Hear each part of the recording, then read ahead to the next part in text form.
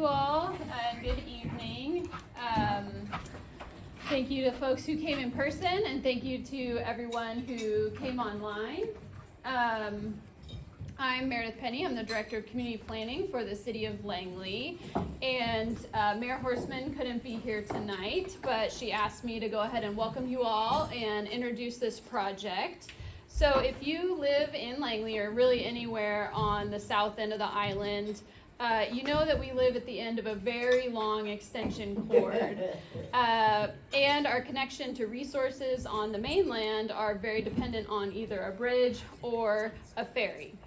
And we know that weird weather, windstorms, heat waves, and so forth, and ferry connections can cause issues as we try to experience impacts from climate change. So to better prepare for the future, we're launching Energize Langley. And this is to learn how we as a community can begin to build islands of resilience, which are locally generated power and our locally stronger community. So the Energize Langley study is funded by a grant from the Washington State Department of Commerce. We have also a great team working on this study, and I'd like to deputize everyone here tonight to join our efforts. Within the city, our microgrid study team includes myself, our Chief of Police Tavier Wasser, and Director of Public Works Randy Perry. Our larger resilient microgrids team includes outreach and engagement support from Kicking Gas and Site Story, and engineering expertise from Cascadia Renewables, as well as Mal Foster and Alonji. In addition, we have local volunteers who are advising us on where and how to explore microgrids, including a local expert on microgrids with 30 years of experience at Lawrence Berkeley National Lab. I'm also pleased to see some of our partners from South Whidbey Prepares and Island Transit are here with us tonight, as well as the South Whidbey Community Center. The work that we do to make Langley more resilient to power outages will help us prepare for natural disasters, and we hope that Langley can be a model for all of South Whidbey. So why are we studying this now? Well, the concept of locally powered microgrids relying on solar and batteries is a way to build our resilience to power outages and reduce our contribution to climate change at the same time. The microgrids we are studying will add clean solar energy to our power mix when the power is on, and they will provide quiet local power when the grid is down. One important point, so when we say microgrid, we're looking at just one building or cluster of buildings served by a single electric meter. We're not talking about linking up multiple sites, at least not yet. First, we have to build islands of resilience, resilient power. So we're looking at sites where people can gather when there's a power outage or a natural disaster so that we can get through it together. We're also thrilled to see the groundswell of grassroots organizing from South Whidbey Prepares, and hope that we can support the community in other resilience goals, like supporting our food supply in an emergency. We're excited to contribute to the growing conversation about community resilience. This isn't just about how individual homes can survive power outages, but we're focusing on how we can provide community-level solutions. So now I'd like to turn it over to Linda Irvine and Derek Hoshiko from Kicking Gas and our Climate Crisis Action Commission to talk more about Energize Langley. Well, thank you, Meredith. Really appreciate it. I appreciate our partnership. I'll introduce myself. My name is Derek Hoshiko. I use he, him pronouns, and based over in Bayview, south of the Goose. Been living here since 2010, and I've really come to love Whidbey Island. I've been coming to Whidbey Island even in the 2000s as a place to visit, and decided to make it my home. I have a wife and 3 kids and a dog, and it's just really been great. I've got kids going to the middle school. I get the privilege of working out of Langley and getting to meet many of you. So it's really just been a pleasure.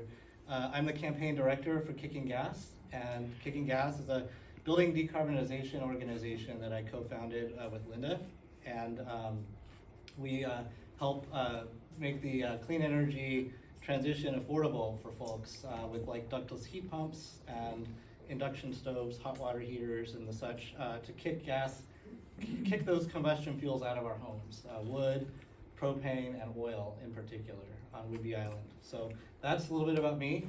I do want to share a little bit about logistics. So we're at the South Whidbey Community Center. There's a bathroom right here, the all-gender bathroom. There's also a women's bathroom around the corner and a men's bathroom all the way at the end of the hallway. If there's an emergency, we have exits down this hallway and down the stairs, and we also have an ADA accessible exit down this hallway and outside that way. So those are your exits. I also want to shout out to the food. We have food from Wild Crow Pie. And we can thank Kicking Gas for that. And there's some gluten-free options, so if you're gluten-free, that's an option. We also have coffee donated by Unplugged Coffee. They have the Flash Calf concentrate. There's decaf and regular, so really encourage you to drink that up. We don't want to be chugging that afterward on our own. Although for late nights, sometimes it's necessary. And then this is a zero waste event, thanks to Repurpose Whidbey. And so there won't be any trash from this event. If you have food scraps, those go in the compost bucket. There's reusable dishware that will get washed later, and anything else can be recycled. So that's a model for sustainable future right there. We also are excited to showcase these door prizes. So you might have gotten a ticket when you came in. If you did not get a ticket, please get up and get one. So we'll be doing a drawing for that at the end. There's a variety of prizes. I'll let Joan talk about that later. Also, if you're not comfortable having your photo taken, I've been taking long shots and video, but if you don't want to be in the shot, just come approach me or Joan and we'll make sure that you're not in the shot. And then if you haven't signed in on our sign-in sheet, please do sign in before you leave. That's how we get credit for y'all being here and for us doing this work as part of the grant. So the Department of Commerce, the more that we can show that the community showed up for these events and there's interest, the more that we're a stronger competitor when we go out for more grants to implement these projects. So with that, I'm going to talk a little bit about the Just Transition Framework. Actually, no, I'm going to hand it to Linda to introduce herself. Okay. Hey, I'm Linda Irvine. I live in an all-electric home on 4th Street, and it's so good to see so many of you here. I wear a lot of different hats. As Derek mentioned, he and I, it was really Derek, founded Kicking Gas, but I was whispering in his ear and saying, let's do this and let's do that. And then we both joined the Langley Climate Crisis Action Commission along with Ben and Joan and Holly, who's not here tonight. And then I'm also one of the founding members of Whidbey Climate Action, along with Tara and Ann, who are back there, and I hope I'm not forgetting anybody else. So a lot of different hats, but all roads lead to studying microgrids in Langley. And as I mentioned, Derek and we're both on the Climate Crisis Action Commission, and in that capacity, we helped to write the grant to the Department of Commerce that got us the funding to do this study and community outreach, because we wanted to help, and this was back in 2023, so it's been a long road from getting the money to actually doing the study. But we wanted to help Langley to move toward energy independence and clean, renewable energy, and away from fossil-powered energy and fossil generators. So with that, back to Derek. Thank you. So I wanted to share a little bit about the Just Transition Framework. Raise your hand if you've seen this graphic before. Okay, just a couple people. So this is the Just Transition Framework, and it's really a strategy for how do we move from an extractive economy on the left, where we dig up, burn, and dump resources by exploiting labor in order to make the ultra-wealthy even more wealthy. And we see this playing out every single day in the news this year, and every year for as long as I can remember. What we want to do is transition to a regenerative economy where we renew and recirculate resources in a circular manner through cooperation and consensual labor, and in order to create ecological and social well-being here. So that's kind of the headline around the Just Transition Framework, but I do want to highlight the values filter down here, and this is extremely important. I really want to emphasize that how we make decisions needs to fundamentally change if we're going to get here. We can't use the same values of money and positional power and the systems of oppression and create this. We have to change how we think what our values are that drive the decision making that we make. And so these are these values that we consider to be more important. I'll read them out loud quickly. Shift economic control to communities, democratic wealth and the workplace. Democratize wealth in the workplace, advance ecological restoration, and that's particularly important on Whidbey Island, which we're an island community. Drive racial justice and social equity, relocalize most production and consumption, and retain and restore cultures and traditions. So those are the values that we can lead with as we make decisions, particularly the important decisions we're making as part of this study, and then apply those to, okay, how do we make that work? What kind of financing mechanisms do we need for that? What kinds of funding do we need for that? But leading with those values first. And then we want these strategies. So these arrows pertain to how we not only protest the things like fossil fuels that are harmful to our health, but also how do we invest in the solutions? And that's what we're here to do tonight. So with that, I'll hand it back to Linda. I have one more slide, which I'm not sure how to advance. Yeah, you There we go. Okay, so microgrids are part of the transition to a regenerative economy, and Energize Langley, our project, has 4 broad objectives. One is to build resilience, providing backup energy to during our frequent power outages, with a special focus on serving vulnerable populations like elderly folks in Langley. A second objective is to increase community engagement, like we're doing with this workshop, so that we can raise awareness of climate-safe technologies such as solar photovoltaics, battery storage systems, and vehicle-to-grid technologies. And we're especially interested in helping to spread that information through our community partners like South Whidbey Prepares and Whidbey Climate Action, and so on and so forth. The planning is our third objective, and this study will allow the city and the community partners to plan for future development of microgrids in Langley. And specifically with this study, we're looking at up to 15 sites. And you can see around the room there are these sort of preliminary overviews of sites that there's 5 sites that we've started with, but we're gonna look at up to 15 in a very general way. And then from those 15, we're gonna narrow it down to reach our 4th objective, which is getting Commerce to fund the building of these microgrids at 3 sites. So just a key point that right now we aren't actually building anything, but we're just studying. But in many times, Commerce requires you to do the study before they will actually fund the implementation. So we're doing what the funder requires of us. As part of the community outreach and engagement, we have partnered with our friends from Site Story, who have deep experience engaging communities around Puget Sound in planning for socially connected, ecologically balanced futures. And I'd like to turn it over to Marin and Ellen to say a little bit about their work.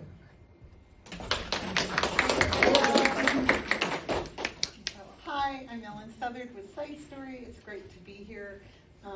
We are in Seattle, but however, been working on the island for the last 18 months, first with Island County and now with Kicking Gas and the city of Langley. So we're really excited to be here. Marn and I kind of thrive on creating resilient strategies with communities, and have wanted to work with Kicking Gas for some time, so it was really like the perfect opportunity to do so. And we really love it here and got to spend the day here, so you're very lucky people when it comes to your community. Did want to share a couple projects that we worked on, just because I have this really high level of optimism about this project. We don't see this project as a stopping point. We see this as a starting point. We really think that this will be a replicable model, not only throughout Island County, but the other islands and rural communities in Puget Sound or throughout Washington. We had the privilege of working on Z-Home, which opened in 2011, and it was the first net zero community in the country. It's won dozens of awards, including 3 Harvard Awards. And just wanted to mention that I touched base with the facilities operator for this site, and It's still very, very effective and efficient. The only thing that changed was actually the financial model on the part of Puget Sound Energy. But in the first 5 years, all of these homeowners were basically receiving around a $1,200 rebate for each townhouse. And none of those homes were over 1,500 square feet. So just an example of a 14-year solar project that has continued to be very efficient in terms of its energy production. And then this project is actually the first affordable net zero project in the country. It opened in April of last year. We only have 1 year of data, but it's doing quite well. And those homeowners, this is with Seattle City Light, and those homeowners will receive a $1,000 rebate for the first couple of years. So we're feeling really good about this. This was a team of volunteers. We actually also did the green stormwater infrastructure at this site. Both sites actually happen to be beyond net zero. They're also Salmon Safe certified and using about 70% less water than the average home. They recycle all their water at both sites as well. So it's really exciting, and just wanted to kind of infuse some enthusiasm about these types of projects that we've been able to work on and are confident will be successful here. Could I ask a question? Yes. What is Salmon Safe? Salmon Safe is a water certification. So net zero is a certification standard for buildings. And then Salmon Safe is a certification for site development. So together, the two, you're doing inside and out. Doesn't have anything to do with fish. Oh, it does. Yeah, the certification's based on the biological needs of salmon. Oh, okay. Yeah. And the reason we're here tonight is to start talking with you about where the priorities lie for how we use energy during these events, these power outage events. And it just comes out of our work getting to talk with communities. We talk with individuals at pop-up events, and we also sometimes hold forums. We gather different regional organizations together to talk with one another to help form partnerships.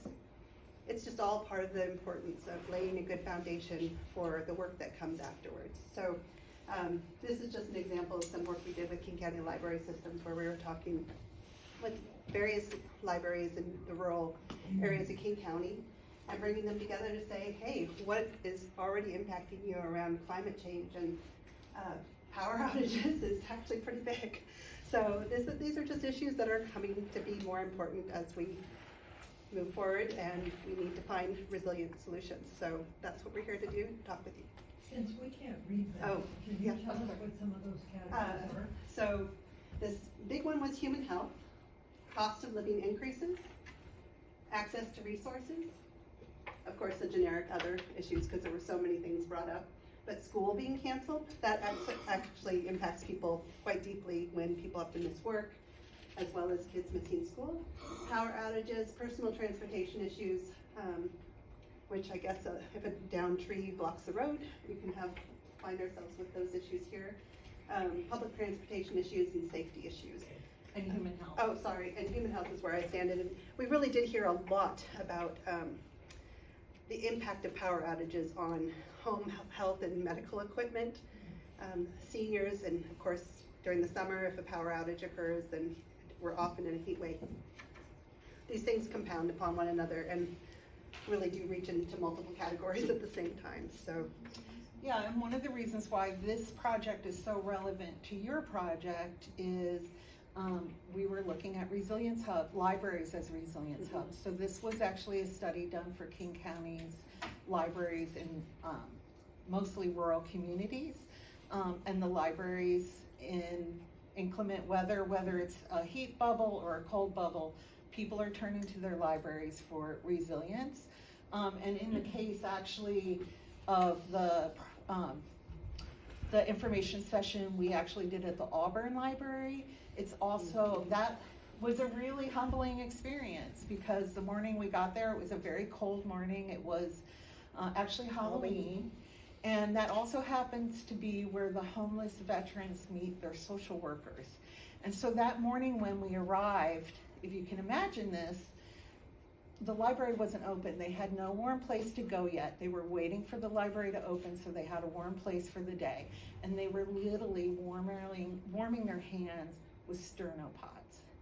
So as you think about these locations and their importance to this community, there's going to be a lot of reasons why the sites that we all choose together are going to be relevant for a lot of different reasons, but also just thinking of these spaces as the resilience hubs when you have a power outage or some other type of natural disaster when people are seeking shelter.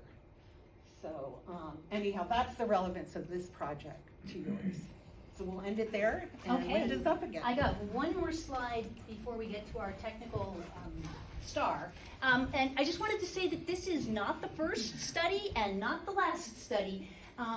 Our local Bob Gunn, Synergy, where's Bob? Yay, at the back. He has already completed studies of the City Hall and Library, local churches like Island Church and Langley United Methodist Church, and the Good Cheer Food Bank. And there's some really good news. The Good Cheer Food Bank is about... Yeah, they'll be implementing their microgrid this fall, hopefully by New Year's. By New Year's. So they're going to have a battery. Yay! Yeah, a little bit more good news. City Hall has moved forward on a grant to refurbish their roof, which is oftentimes a precursor to going solar. So they got their study and it said, well, you're going to need to fix up your roof before we put a bunch of solar panels on. So they're moving forward. Yay! And the bad news is, when the library did their remodel, they not only didn't follow what the study recommended. They didn't implement the microgrid. They disconnected from the city's power, so they no longer provide power. They used to be able to, the backup generator at the City Hall used to power the library as well. During the remodel, they broke that connection. They no longer have power when the power goes out. So, darn it, we've kind of gone backwards. Which library is that? I'm not, I don't know why. But I'm sure there's some reason that it was like having separate electrical systems. But the other thing is, they did put in, the good news is they put in a little bit of solar, and the bad news is they didn't put up any batteries. So if you don't have batteries and you have solar, when the power goes out, your solar panels also go offline. So you really need the batteries to keep the power on when the power's out. So then the good news, there's always bad and good. The good news is the Department of Commerce said, hey, you can update that library study that Bob did just a little bit and nudge the library to actually implement what has been recommended. So that's just to say that we need everyone here to keep watching this process, because if we're not vigilant, these studies might just end up sitting on the shelf and gathering dust, and we don't want that to happen. We want to take these studies and move into actually building these microgrids. But that is enough about the background of this study. Now I'd like to introduce our technical team, Callum McSherry from Cascadia Renewables. Everyone, I'm sorry I was a little bit late, but delighted to be with you now. My name's Callum McSherry. I'm one of the two managing partners at Cascadia Renewables. And while I appreciate the warm welcome as a technical star, I will do my best, but there are even more technical people than me in our company, so I'm going to try not to do their work any injustice. My main purpose to talk to you what I'd most like to talk to you about today is give you a general framing for the big picture of why microgrids are proliferating in our area, some of the technology and terms that might be used, how we approach these feasibility studies and the design work that might lead to construction and why we do that. And then we can look at a case study for a similar project to the ones being considered as part of this study that has been not only studied but now fully implemented and is going through commissioning this week. So, firstly, the big picture. General core observations. First thing to understand is that the way that we are using the electrical grid is changing. The electrical grid we have has largely been in place for the best part of 100 years. It's gone through several different cycles of evolution over that time, But the core premise has always been that there's large central generating assets, big power plants, nuclear power stations, whatever it might be, and then a grid that takes that power and distributes it through, firstly, very large transmission lines to cover large distances, and then smaller distribution lines to get to our homes and businesses. That infrastructure is under increasing stress that is starting to impact the reliability of our power and the affordability of our power. So that's not just a local issue, though it is happening here, but that is across the US. What we've seen is that for a long period of time, there was growth in the amount of energy we used. If you're looking from sort of the early 20th century through to around 1990, give or take. And for the last 30 years or so, we've had a relative period of stasis where actually the energy efficiency measures we've been implementing have largely offset, increasing population growth or energy consumption. That's just started to change in the last handful of years. Electrification is of all aspects of our life is really starting to drive up demand at the same time that we've realized most of the gains we can through energy efficiency easily. And one of the big drivers there is obviously electric transportation and then the build out of data centers. And so what we're seeing is for the first time in almost a generation of utility and energy workers, a very significant and sudden uptick in the amount of energy we use. With that, you have aging infrastructure. A lot of our grid, a lot of the lines, a lot of the poles that are carrying energy around our nation might be 50 years old or 60 years old. It was interesting at a recent conference we were at, Bonneville Power Administration said they spend around $400 million per year just maintaining the current electrical system we have in our region. So a real problem to have that aging at the same time that we're increasing our demand. Layer on top of that the fact that climate change is making it harder to maintain that system and is impacting not only the external infrastructure that's carrying power around, but actually some of the fundamental building blocks to how we produce power in the Pacific Northwest. Our hydro reserves are impacted as we get reduced ice melt and lower precipitation. Our ability to move energy around effectively in summer peaks changes when there's an increased wildfire risk from doing so.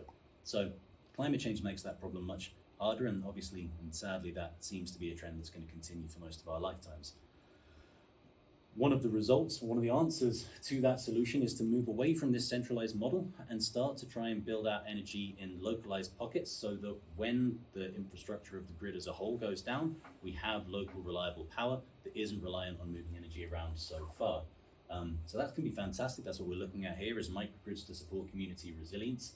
But in Washington State and in much of the Pacific Northwest, there's just not a great market for developing these assets privately. We've historically had very low costs of power and very flat costs of power here in Washington, and that makes it quite hard economically here specifically to effectively implement those systems. That's changing. There's changes to how our energy markets work here in Washington in the next few years that are going to start to make that easier. But we have a real problem now, and we have a need to build out the capacities as a state to build these assets now. And so that's why we're starting to see efforts like the Department of Commerce really supporting the initial foray into building out microgrids in our communities. And I realized I should have skipped through some of these earlier. So the broad strokes here in terms of energy usage, I'm going to make sure the slides are available at the end. But effectively, this is just trying to pinpoint some of those key themes I was touching on in the last few minutes. And Washington State Department of Commerce, the funding mechanism that's covering this entire effort was through the EPIC grant, or the Solar Plus Storage for Resilient Communities grant. Initially, we're looking at a Track 1 planning and pre-development grant application that covers these efforts. That should deliver the feasibility studies that can support construction funding, as has been mentioned. I would say that beyond just being a box-ticking exercise, it's actually really critically important to fully test the feasibility of these systems before trying to embark upon construction. The cost of the systems is relatively high. The technology is pretty new, especially for our area. The contractors that are going to be installing these systems, a lot of them won't have worked on microgrid systems before. And so in order to make sure we're safeguarding public funds and making sure communities get the outcomes that they want, there is a lot of value in doing this extra due diligence given how nascent this technology is. So that's our job as a firm, is to try and make sure that at the point at which you've all made decisions about which sites you'd like to pursue and go after construction funding, you really know you've got a bankable project and the dollars you're requesting are adequate to get the job done. So, step 2, diving into microgrids and the technology overview. It's completely reasonable if anyone is confused about the term microgrid, because it isn't yet a very clearly defined term in the US. So this is the framing we use when we're discussing these systems. Some people have argued with me, but I'm happy to go toe to toe if needs be. So single node microgrids. When we're talking about microgrids, generally we're talking about either single node or multi-node microgrids. When I'm talking about a single node microgrid, what I mean is that we're looking at a single site or a single facility, a single contiguous area that is being handled by one system, one controller. Generally speaking, a microgrid is going to have a combination of some sort of electrical load that you're trying to serve. Think of a building or some sort of a facility. It's going to have some sort of generation on site that is going to try and meet that load. It's going to have some sort of storage to help move the energy around from when you're producing it to when you need it. You're going to have some controls to make sure that you're doing that effectively to manage that relationship between generation and consumption. And often, but not always, you'll also be connected to the utility. And so a microgrid is something that can both interact with the utility, but also isolate from the utility and operate autonomously. So it's really the intelligent balancing of energy consumption and energy production and energy storage that makes something a microgrid, as opposed to just a solar system which can produce clean energy, but isn't able to intelligently balance loads or integrate with or without the grid. So this would be a single node microgrid. Now, if we were to consider what a multi-node microgrid would be, I would think of that as multiple different points of interconnection for different assets within a larger area. So let's think multiple buildings, each with their own solar systems or battery systems or generators, all operating in tandem with an overarching controller. So the idea is that energy can be shared between sites to help balance supply and demand across a larger area. As you'd imagine, that is far more complex as a system to engineer in one go. So I think the majority of systems that are being studied or implemented in Washington State right now are mostly single node microgrids, but it's great to have this framing when you're looking at the sites you might want to consider, because if you were to have multiple single node microgrids in a smaller space together, you could look at introducing reclosures or a disconnecting mean on the utility grid itself, and eventually have a multi-node microgrid and a broader resilience hub within a community. One of the best examples of an entity that is trying to pursue a multi-node microgrid at the moment would be the Tulalip tribes. They studied 7 different sites, and we supported them with that. We're currently installing the first one of those sites. They've secured funding for additional nodes, and they're working very closely with the utility Snowpad to try and work toward building out a section of the reservation that is able to operate autonomously. The nice thing about that is that if you were to have multiple microgrids in a circuit operating as a multi-node microgrid, and this whole area of the grid were to be isolated, then those buildings in between that didn't have their own assets, if the microgrid was built properly, would also be able to be energized even though they didn't have their own on-site generation or storage. So that's the nice thing. Let's say a classic example would be you've got a couple of large commercial-sized buildings that have got microgrids on. Maybe there's some affordable housing in between them that can stay energized through those other assets. So that's the main clarification there between single node and multi-node. And what we're looking at now, as was mentioned, is a series of single node microgrids. Obviously, one day as part of we could consider interconnecting them and making a multi-node microgrid, but right now we're just looking at individual single sites. Just to tie a loop in the big picture, tying it into these microgrids. Microgrids are one of the fastest growing new sectors in the energy industry in America. Historically, as I mentioned, we had this centralized system of centralized generation flowing outward. The current view is that these microgrids are private assets that can support individual facilities, and the evolving long-term view would be with a large enough proliferation of distributed energy resources like solar storage and microgrids and intelligent commands and controls, you could start to have a sort of a grid 2.0, a grid of the future that relied much more heavily on these distributed assets and was therefore more resilient. So, our approach, I think what we would say is that it's very, very visible to see a project being constructed. If it's going to be a successful construction project, we think there's a huge amount of work that's got to go on under the water and in the background that might not be very visible, but it is pretty essential to making sure that that construction project actually happens. Right now, we're at this end of it. We're starting with community engagement and the feasibility study. I would say to all of you and task all of you, if you would like these systems to support your community, you are the community. We can't possibly do that unless you tell us, the broad us, what's important. What should we be valuing? Where should these sites be sited? We did a lot of work with the Department of Commerce and Kate Pedersen from the Department of Commerce had a sort of fantastic framing for this.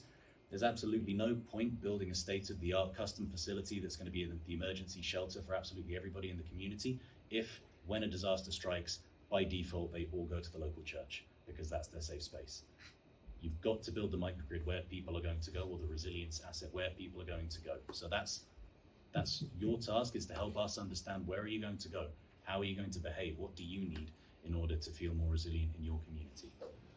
So that's the first part of it. That's this initial sort of framing we're doing, is looking at 15 sites at a high level to sort of say, okay, well, this is where you'd like to go, but with that in mind, are there any immediate red flags that mean that this probably is going to be dead in the water? So that high level exercise is what we're going through now. We call it a portfolio analysis.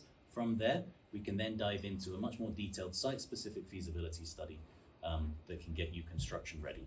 And so that's the difference between large range finding and initial gut checks on feasibility, bringing it down to in checking constructability, developing proper budgets, and getting you ready for construction.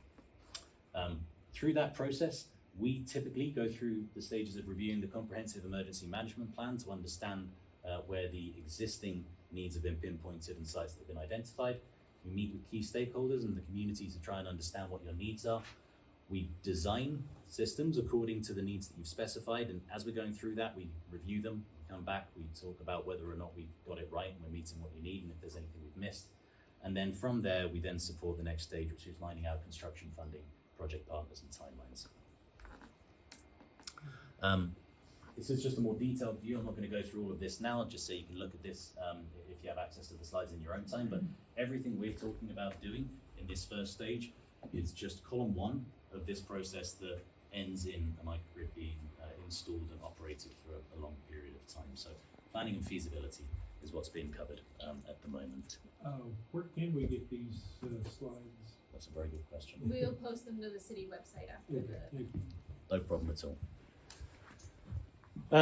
So when we're designing these systems, there's two main concepts that we like to look at. The nice thing about a microgrid is that you've got the ability to program it to do multiple things. So energy reliability and energy resilience are both things that can be met by these systems. I would frame energy reliability as keeping the lights on day to day, trying to minimize the number of outages that you may have, or riding through short outages. Energy resilience is what do we do when the grid completely goes down or there's a big disaster? It's improving your resilience as a community, your ability to operate without the traditional grid, and reducing response time to get the grid back up and running. We try and optimize microgrids to do both. I'll whiz through this relatively quickly, but generally what we're trying to do is look at the amount of energy you're going to use in a space, and then we're trying to make sure that you're generating that much energy on a day-to-day basis with whatever combination of assets we need to do. PV generators, say, and then the storage portion of that is just moving energy around from when you produce it to when you use it. We end up with these dispatch graphs that are on a daily basis, or on a situation looking at how much energy a site uses and which different energy resources are going to be deployed to meet that energy use in any given moment. And here we're looking at the state of charge as the battery riding through that outage. I'm going to skim through this, but we look at multiple different scenarios. So how is this going to operate in the summer, where there's lots of solar? How is it going to operate in the winter, where you might not have as much and you may need to use a generator a few hours a day to help recharge the batteries? And the goal of this, and then how is it going to operate when the grid is up in order to provide economic benefit to the community as well, and reliability to the grid in terms of demand reduction. So all of those are studied as we go through the process. I did want to spend a bit more time here on the Orca Center microgrid, which is one we have now deployed. So the Orcas Center is on Orcas Island. It is a community hub, a community center that's a cultural hub, an emergency operation post. It's right next to the local fire station, and it is effectively will now become a mass shelter and operations hub in the event of a long-term outage. It's pretty critical during a crisis because the island is so remote and so hard to get to. Here you've got a picture of the microgrid as it's being installed. Headline figures, it's about 134 kilowatts of solar across these two ground mount arrays and the roof mount array. There's around a 1.4 megawatt hour battery. You can see these here. Integrated microgrid controls, we've got a generator in there. Overall, it cost about $2.3 million. It was about a $2.3 million project, about $1.4 million coming from grants, and then a match from the community of about $600,000 that was secured through a short-term loan from Opalco, and that will be repaid with the investment tax credit when that comes through in about a year. The solar system is 55 solar panels on the roof and 176 modules on the ground. It should offset about 87% of the site's annual electrical consumption. So significant carbon reduction and then significant savings. If we're looking at a non-profit, especially in this environment, wherever you can save some money, it helps increase that entity's ability to continue to operate and serve the community. So obviously, that's a fantastic example of kind of community resilience there in terms of services. The battery system, as you can see, it's the series of containers. We often recommend ELM as a manufacturer, largely due to the fact that we think they have some of the safest systems, and also because they are incredibly supportive of the communities that these go into, because they're a microgrid focused company as opposed to a more broad battery company. This system used two of these enclosures, the MG2 enclosures with a CAB 1000 inverter at the end. So this is the inverter, these are the batteries. This system can provide about 23 hours of emergency building use in the winter without the use of a generator, and about 56 hours of typical building use. In the summer, you would just have continued operation, no need for the grid or no need for the generator. Now, I mentioned the generator because you can see we only get 23 hours of emergency building use, which we identified with the community as 150% of normal building use. That's fantastic, that rides us through a lot, but if there's a tsunami and you've got multiple weeks or months without any power, that doesn't get you very far if it goes out after one day in the middle of winter. So, a generator was an essential component in this system for that large-scale emergency scenario. In that emergency, the generator will operate a small number of hours per week, per day, so probably somewhere between 30 hours per week or a few hours a day.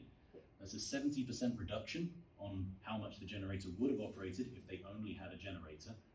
That's great in terms of obviously carbon emissions, but more importantly, that's fantastic for reserving your fuel if you have a multiple week outage and a limited ability to access refueling. So with the combination of the generator, the PV and the battery, the Orca Center could operate theoretically for well over a month or more on a single refuel of that generator in a large scale emergency. So main community outcomes: energy independence financially, multiple days or even months of backup power, significant reduction from the PV system in carbon over time, far greater operational resilience than we would have had either with nothing or with just a generator. And for the community, we now have a safe haven during emergencies, spaces for charging, shelter and communication, and a more financially resilient community asset due to the energy savings. I think that brings me in at 5 minutes. Do we have any questions? Wonderful. Can you define the node microgrid and any net zero structure that has battery capability? Certainly. So the net zero part of it is sort of separate to the microgrid part of it. So a microgrid doesn't necessarily need to be net zero because you can have generators and other carbon emitting assets. So the microgrid is more about the intelligent control of multiple different sources of generation, of consumption, and typically some sort of interaction with the grid. So it's to do with how energy is being used and generated and controlled more than it is about what the sources of generation are that are going into it. Does that make sense? Ish? Yes and no. Yes and no. Happy to chat more about it afterwards. I'll be around. Yeah. How did Orcas Island get so far ahead of us? That's a really good question. So Dimitri was pretty prescient there. He said in 2023, everyone's going to go for a planning grant now, and it's going to take a long time, and then there'll be a lot of competition for construction. So he just paid out of pocket to get a feasibility study done very, very quickly. So we turned around the feasibility study and his grant application in about a month. At that point in time, it was very focused, and so his application went in, I think, in 2023 for construction, and so that's why he's ahead of it. With that said, there are a lot of lessons learned on the Orcas Centre that will be very valuable to every other microgrid we do here on. Yes. What was the fuel in the generator? And that was a propane generator. And what was the composition of the batteries? It was lithium iron phosphate batteries. What? Lithium iron phosphate batteries. Yes. So these are fairly high cost initial projects we go from grant money. If we were to multiply that across the island, are we dependent on grants, or are you exploring other ways that we pay for that? It's a fantastic question. So what I'd say is, right now, the way our energy rates are structured in Washington, we have flat rates that don't value the cost of energy at different times of days. But actually, it costs the utility a lot more at different times of days, potentially, to purchase energy, and demand for energy is different at different times of day. The way up, so we're looking at a new energy market that's going to be starting in the next couple of years, Markets Plus, that will allow people to bid into how we supply the grid with energy in a far more dynamic way than it has in the past.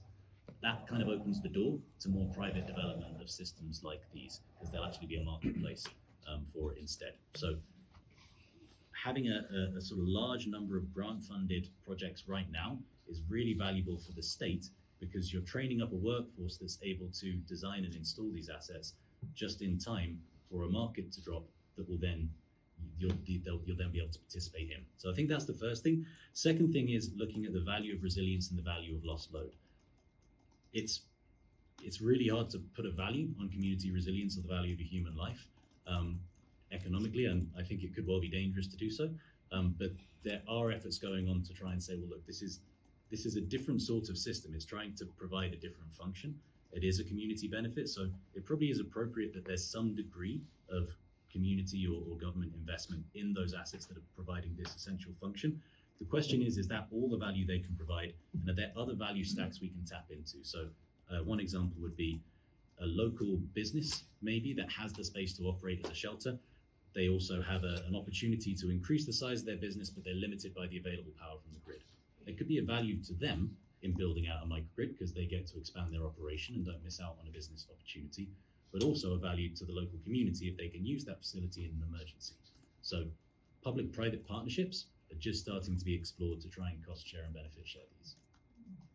So it sounds like you're saying, this is the question, are you saying the cost is they're going to be more cost effective, the microgrids, because the cost of power is going up? So in part, yes. So the cost of power is going up. I would almost guarantee, and the cost of power is probably going to change so that it varies through the course of the day at some point. Also, the cost of these systems is coming down, and the abilities of our local workforce and competition is going up. So the combination of the systems coming down in cost, the rates becoming more dynamic, going up, I think will create a sweet spot where you'll see more and more of these being developed privately and not being so reliant on grant funds. How is that effort going to be impacted by a federal government that is very fossil fuel oriented and denying climate change and basically antagonistic to renewable energy? Yep, no, absolutely. For these planning efforts, not at all, because it's largely funded through CCA, which is a Washington state funding mechanism. So that's fantastic. We do have a very friendly state for that.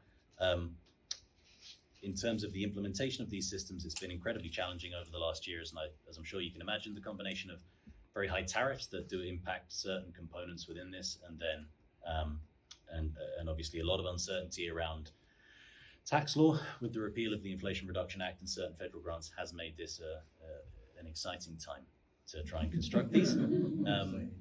But I think in general, what I would say is you've got a pretty resilient industry now that is used to a lot of to and fro at the federal level. And so the people that are still working in the solar and storage industry have been through similar loops and are pretty adept at navigating them now. So we haven't had any projects. We're on the consultancy side, we design a lot of these. We've got a construction company that builds a lot of these. Of the 17 projects we're currently building, none of them have fallen through due to very significant tariffs and changes we've navigated. I'll try to make this a short question, but probably we need to talk offline as well. But I've been through with Langley United Methodist Church a pretty extensive feasibility study. We know about what the plan was that we built the microgrid system around. I guess we'd call it a microgrid. We have 2 service entrances, so we have to work around that problem. But when you put it all together, and at the end, we were looking at, in 2 years ago, not even 2, about $1.2 million to build the system and have the battery backups, and we hopefully inflation didn't kill us. Sure. And I'm hearing prices are coming down, so that's good. But the real issue there is our facility is big enough to handle 242 panels and big battery backup and that kind of thing. But we've got $10,000-$12,000 a year electricity cost that we'd be avoiding with $1.2 million Sure. system. Yeah. So the economics of all of this to actually jump to the system you want is we become our own electric company, right? We are responsible now for maintaining these panels and batteries and all the infrastructure. And the only help we really get once it's in place is credits back from the electric company for energy we give them. Yep. But those credits only pay the bills that we're already paid with, because our system is huge. So, how do you square all of that? How do we square this circle? So I think so there's a few really great questions, a few bits to that. So first thing is, currently the way it works in Washington State is you have net metering typically for a solar energy system. It means if you're producing more energy than you can, and this is size dependent, but let's just assume that you've got a 100 kilowatt system or a system like the Orca Center. If you're producing energy when you're not using it, you export that energy to the grid, you get a kilowatt hour banked for you as a financial mechanism, and then when you use that kilowatt hour, you're reimbursed by the utility. So you're effectively using the utility like a big battery. That becomes quite challenging for a utility to manage at a large scale, because when the energy is being produced isn't when the energy is actually needed, right? Right. So PSC, at least I can speak to as one of the first entities in our state that is looking at developing their first commercial battery incentive program in order to take an asset like you're talking about that has all of this value that isn't being realized if it's just sitting there waiting for a disaster, and incentivize you to dispatch that to their grid to help them balance their local grid. So what I would say is you're ahead of the curve because you're looking at this now. The utilities are huge behemoths that are slow moving, but they're trying to develop the programs that would allow them to extract the value from your system when you're not needing it on site, which would then make it, one, much more useful to the grid, and two, much more lucrative for you. And then when there is a disaster, you would have your resiliency asset. Thank you. I'm going to use this as a segue to, did you have a question, John? Oh, there was one on mine. So we do need to move forward because we will have another opportunity to talk more in depth about microgrids and how they might apply. But one of the important pieces we need to get to is how do we start talking about what do we prioritize for the community, and how does a power outage affect you? What are the things that can be done, and how do we think about it as a community during a power outage? What will be our priorities for how to allocate the power? So you've been very generous with your time to go into these questions. There is just so much to know and so many unique situations that will arise with each different property and each event. So Ellen, do you want to come up? I think at this point, because we kind of started a little bit late, that we really should maybe just do a group conversation. And I do have paper and pens if people would like to write their answers down and leave them with us if you didn't get a chance to add it. And we do have, I think, where'd Linda go? Oh, there you are. And you got paper? Oh, okay, great, awesome. So, And then on the next slide. Oh, I'm sorry. Yeah, I made a couple slides for you all. Oh, thank you. Yeah, there's. Okay. Yeah. Thanks. Thank you, Colin. Okay. Yeah. Thank you. Thanks, Helen. Wealth of information. So, and quickly too, Callum, we'll be back on November 5th. All of us will regroup on November 5th. So if you'd like to save that date, that would be ideal. Because then we are really going to talk more to Callum and his team then about the technical aspects, and we'll be further along in our research and identifying the proper sites that we might prioritize. But for now, we also really need to hear from you about your priorities and resiliency. So do you want to do the first question? So I'll start with the first question. So of course, when a power outage occurs, what is the most important thing? What are your go-to steps? And we assume that does change between a 1 day, couple hour power outage to a 3 day to even a week long. So let's start with what are your kind of like short-term power outage must-go-tos? What is important? Rosie? So even though our city's sewer is theoretically has got pump stations that are run by generators by the city, some of us have to pump to get to the sewer mains. So for my household, the grinder pump is the thing that we have to be most aware of when the power goes out. Because even though water still runs, it doesn't actually run away from the house. After you use it. What would you guess is like the percentage of people that have backup generators for running those, since power outages happen fairly frequently during the winter and fall? I don't think most people think about powering their grinder pump. Okay. They think about powering their refrigerators and their deep freezers. Okay, that's definitely an important task. I have sleep apnea. Oh, My yes. CPAP machine requires electricity, and when it goes out and I can't get it, I don't get the benefit of the air Yeah. help to Positive breathe, and I Yes. could die. So medical equipment and CPAP specifically, especially because you're not awake to notice the power went out. Exactly. Well pumps for water. Well pumps for water.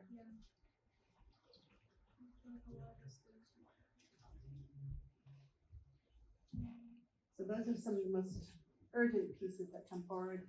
When it starts to be a longer duration power outage, how do you see your strategies changing? Hot water Hot water for bathing. or baby? Mhm. Yeah, and refrigeration and Yeah. freezer. Showers, do you like the showers as well? Yeah. I'm sorry, say that one more time. And just household heat. Heat. Yeah. Heat. Obviously, winter, summer, as we get to the next question. And that works. internet is another one. And the internet. I'm catching all these. Oh, okay, and Linda is helping too. I am. Oh, sure. Okay, we'll definitely have these captured. So at the end of the night or next couple days, we'll start to consolidate these and we'll make an effort to share back, maybe through the city website. Okay. So you'll at least have a collection of what we heard tonight. And if there's other things you want to share, please reach out to us. Okay, I'm sorry, in the back, did you raise your hand? No. So is the community center planning to be a hub for when there's big power outages where all of us can gather to kind of like stay warm and just support each other? Yeah. Is kind of what I'm hearing. Okay, great. That was what I was just to confirm. So all the property owners will have the final decision, but this is one of the priority sites. Okay, copy that. And then, so this is gonna be the single node one, so it would just be powering and sustaining itself, right? Oh, sorry. So this is gonna be a single node one, so it would just be powering and sustaining itself. Do you think eventually we're gonna try to go towards like a multi-node where we have multiple places here and then actually in like the town of Langley itself so that we can all kind of have power in that little area? And if so, if we're generating so much power, like would the people within that area, like the zip code, get kind of a break for like how much we spend on energy in general? If so much of it is going back into the grid that it's sort of paying off itself, would that affect the people that live around those areas if we go for a multi-node eventually? Is Callan still here? Yeah. Oh, Callan.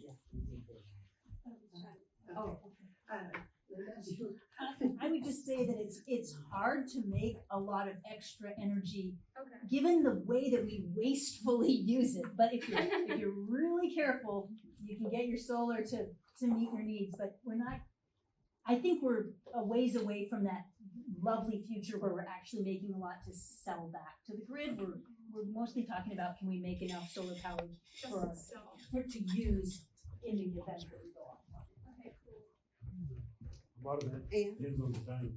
Yes, good point. It's true that in the summer, I'm gonna go out on a limb and say we make about 7 times as much power in July as we do in January, like for a given solar panel. So if you go out in the summer, we're good, we're both good. I think, So you're talking about this community center being used as a hub potentially. I'm looking at this really old building, and I'm wondering, is seismic stability something you guys are looking at also? Because it's not gonna help if you've got all these solar panels and the building falls down. So the structural reviews actually will happen simultaneously just to figure that out. But I wanted to go back to your question quickly. The other factor in all this is how the utilities continue to buy back. I think Callan can share a lot more about that than I could, but I think I mentioned, with the Z-Home project, the efficiency didn't change. The purchasing back of energy costs went down. So when the first 5 years of operation, PSE was buying back the energy on average per unit. Some units were 1 bedroom, some were 3, about $1,200 a year, and now it's about $1,000 a year. So the utility ratios will change over time too. The incentives are. Yeah, the incentives are yeah. rolling back up. Callan, did you want to answer that part? Could you repeat the question for me? It was really about buyback and efficiency. Okay, so different utilities in the state are going, depending on the system size. If we're talking about solar, and the utility, then there'll be a different process for that. It was mandated until utilities set a certain capacity of solar on their grid as a percentage of their net revenues to offer net metering. And so the utilities that have hit that, a lot of them are moving to a different form of compensation, like a net billing, where you might be compensated at one rate for energy you export that is different than the energy you're importing. There's no utilities that I'm aware of in Washington State that have any kind of time of use rate yet, but certainly in terms of different rates for solar export versus import, there are some. PSE is still offering net metering to most customers. So I don't know enough about this specific project, but it sounds like it could either be a multi-family or housing project, in which case often they're on schedule 667, which is a different export and import rate. So complicated, and as we get to know more, we'll start to see what's happening. But because there are other states with other approaches, I think we have to expect that they're going to be reevaluating and changing those things as more and more people are able to install solar and battery power. But the batteries really, anyway, I'm sorry, I'm gonna drop it. I'll just pop onto that I think Oregon is a fantastic example because it's another state that's in our region that has very similar climate and is relying often on the same underlying grid infrastructure and BPA, and they have a completely different way of handling energy rates that's far more conducive to large-scale deployment of solar and storage. So I would, if you're interested, I would take a look and see what Oregon rate structures look like as potentially what we might expect coming down the line or something. Okay. So our second question really taps into the strategies at home during your power outage, in particular thinking about how different that response is winter and summer. As Linda pointed out, we can actually create more energy during those windows, but we have heat, we have longer daylight hours, but winter presents other issues. I know we reduce our power usage significantly. We're careless about leaving lights on. We use lots more appliances when power is readily available. We don't use all of those obviously when the power's out. And quite honestly, I think it's kind of nice. And I love the quiet. I love how quiet it gets when the power's out. So, I have to wonder if there isn't some learning here. For our household during power outages, I'm solely focused on our freezer. The fridge, if we lose stuff in the fridge, we can deal with that. But there's a fair amount of protein that we've stored in the freezer, and so I'm always trying to think about optimizing our generator that we have. So anyway, that's what I'm focused on, and that's summer or winter. Summer or winter.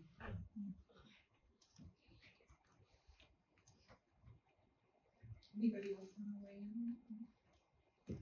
Yes. Right now we have almost like a car battery that plug in and power it while we've got power, and then power goes out, we can plug various things into it, and that'll keep the fridge going and the internet up for a day or so. The other day though, we got a mailing from PSE about something called their Flex Battery Program and the incentives for that. And how would that, I know that's for an individual home as opposed to sort of a microgrid, but is there any way to work with PSE on sort of combining the two things? Or are we talking completely apples and oranges? If you know anything about the Flex Battery Program. That's just coming out. Yeah, so I'd say the Flex Battery Program wouldn't be appropriate for these microgrids as a program. They'd be too big to play with that, but the same concept is kind of behind the commercial battery incentive program they're just exploring. So think of it in a similar efforts, but one's aimed at residential and others aimed at commercial scale systems. But it could be a very complementary system to integrate. It's exactly what I'm talking about as a potential mechanism to make these start to pencil out more. It's things like the flex factory system, but for larger assets like microgrids that we'd expect to see coming down in the next few years.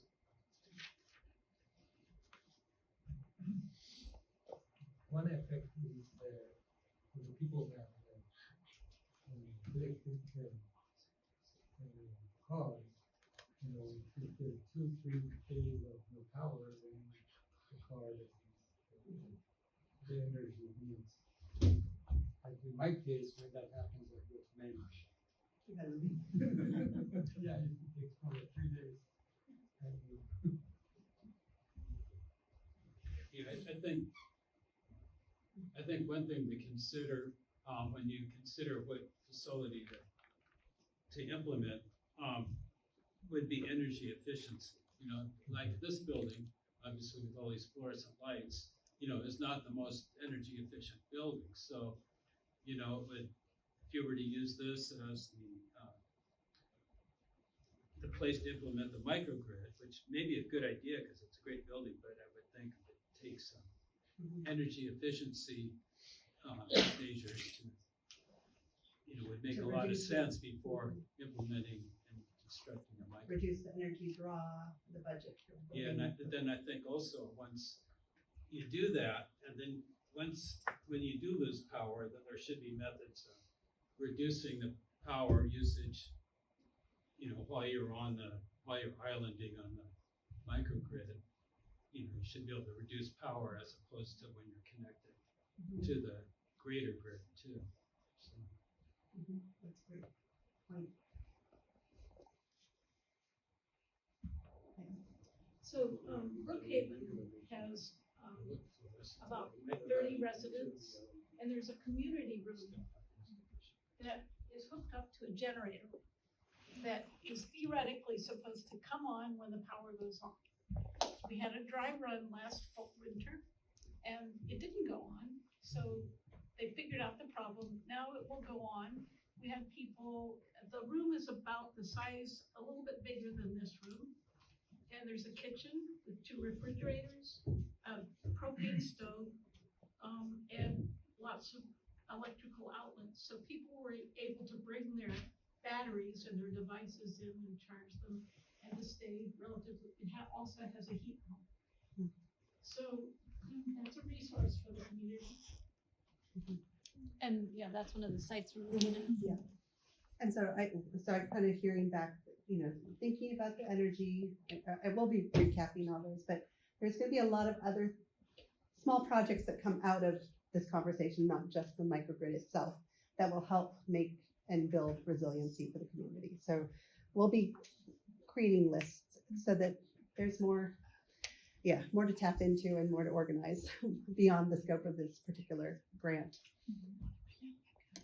Joan, Maybe just the last one. And the last one is, what do you and your neighbors do to look out for one another during a power outage?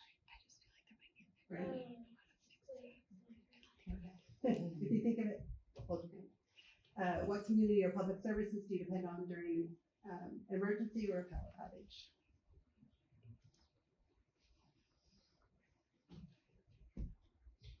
I go to the coffee shop with the generator. Yeah. It's in Coopville. I know exactly where it is. Okay. So meeting up with community, getting warm, getting coffee. Along those lines, in Langley, a lot of the businesses in town, like the Star Store Grocery, the Brayburn Restaurant, the restaurants have generators. And lots of people come in from all out of town, all over South Whitby to come to Langley. They plug in their phones when they're at the restaurant. They go and, they can get their groceries. So we become a hub, not just for the town, we become a hub for South Whitby because so many of the businesses have huge generators already. So that's something to think about. Do they have that many plugins? If they've got 50 people in there? I've seen, since the Brayburn did the remodel, they've got outlets like under the benches. Yeah. Oh, great. Yeah. So there's knowing that there's a community need, like building the system is already drawing, we're already drawing people to the community because of these other resources. And now if we build the microgrid system, we're going to continue to feed those. So again, this is why having this conversation about priorities for what are the best sites to develop and how does that best serve the needs of your community and your broader community. Has anyone else have anything to add? Yes, throughout Island County, there are a number of radio networks running through Family Radio Service where neighbors keep in touch with each other. And then there's an amateur radio backbone where there's someone in the community with amateur radio that can communicate with other people. So communication outages and power outages are not a factor. Well, they're a factor, but communications is still possible. And in many of those communities, there are contact lists for people who have infirmities or have problems with that they need life-saving equipment and so on. So that is actively in place right now. And there are test networks that are run every week to make sure that that system works. There's another place that's with a phone company that has, I go there for plugins. You get plugins, and warmth, and it's a coffee house, and Wi-Fi, it's called, and they're really set up for that. They've got a lot of outlets for people. So that's where, when we had extended, I mean, I've been through 10 days of no power, and when they get that extended, then those places are really servicing us well. So you Okay, say the so Wi-Fi coffee. Wi-Fi. The Wi-Fi coffee's closed. Oh, no. Just in case. Yeah. Oh, that's really bad. I mean, I think just the the rest of coffee it's- part. the coffee shop. Maybe they. Well, the telephone company part. That's and still- electricity, maybe. So we unfortunately do need to kind of wrap up so we can move on. Joan has some closing thoughts, but I mean, as you continue to think about this and how this affects you and your community, we definitely would love to hear from you. So do we have the QR tag?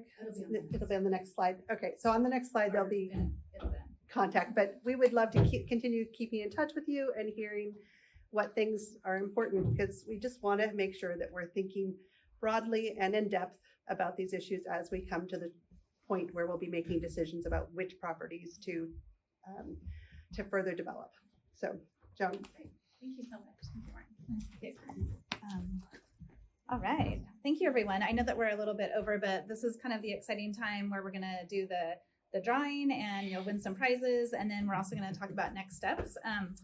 And which do I push? Is it just? Oh, there we go. Yeah, I don't know if you all heard the news, but Jane Goodall died today. And so I just wanted to dedicate this to her. I'm sorry if I'm the one telling you about this, because I just really love her so much. And I'm sure so many of us do. And so she passed away this morning, and she was doing what she loved. She was 91, and she was in Los Angeles, as I understood, doing what, still traveling the world and talking about being, just making a difference. So she said, what you do makes a difference, and you have to decide what kind of difference you want to make. So I feel like this is really important for our community, and we're making a difference here. Just by you being here today is making a difference, and we're going to be more resilient as a community. Thank you. Yeah, sure. Yeah.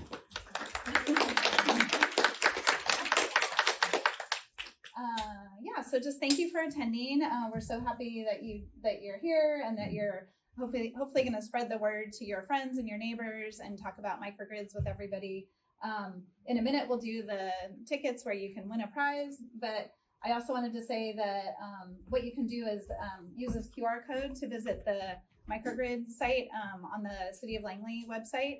And I'm so excited that Meredith set this up, because on the website is the climate emergency declaration. And then there's a lot of information on the site about microgrids and other things that the city has done to build more resiliency. So go to that QR code, and we'll be updating that with information since this meeting. We'll share the slides from the presentation. And then we'll also have our contact information, so you can get in touch with us if you have more questions for Callum or for anyone on our team. And just talk microgrids to your neighbors. And then our next meeting is on November 5th, so in about a month. And it'll be at the Langley Library from 6 to 7:30 again on a Wednesday. And we're excited to see you there. We'll be talking more at that meeting about actually choosing the sites, because we can do site plans or site studies for 15 sites, and we need your help to kind of narrow it down.